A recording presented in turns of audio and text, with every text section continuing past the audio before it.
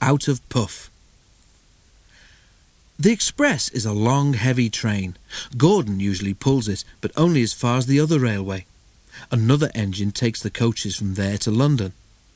It is an important train too, and must always run whatever happens. If Gordon is ill or busy somewhere else, James or Henry have the chance to pull it. They try their best and do it well.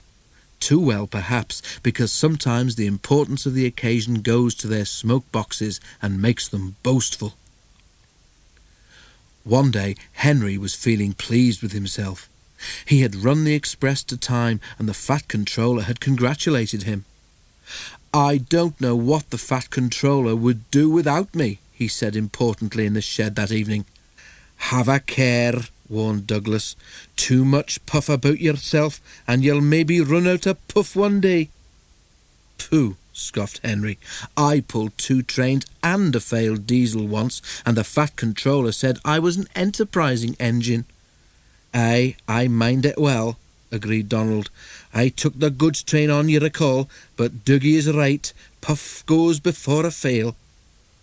The Scottish twins were wasting their own puff, of course, because Henry took no notice whatsoever.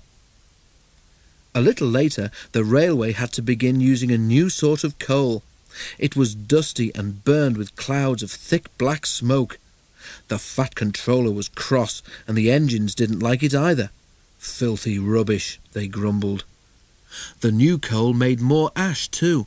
Before long, all the engines began to have pains in their smoke boxes. Hot ash collected there and gave them the most awful indigestion. One evening, Henry felt dreadful when he got back to the shed. His fireman had to clean an enormous pile of ash from his smoke box before he felt better. But the next day, Henry could not make steam properly. He struggled to Edward's station, but could go no further. Douglas was there. "I can't breathe," Henry wheezed. "Out a puff, are you?" asked Douglas. "Then I say we didn't warn you." Henry couldn't answer. Douglas took his train for him. The fireman cleared away more ashes, but when he tried to close Henry's smoke box door, it did not make the airtight fit that it should have done. "Those hot ashes have bent your smoke box door," he said. "Air is coming in so that you can't breathe properly through your fire. But I know how we could cure that." He filled a bucket with water. Then he fetched all the old newspapers he could find from the station bookstall. The driver helped him tear them into strips, which they soaked in the water. "What are you doing?" asked Henry anxiously.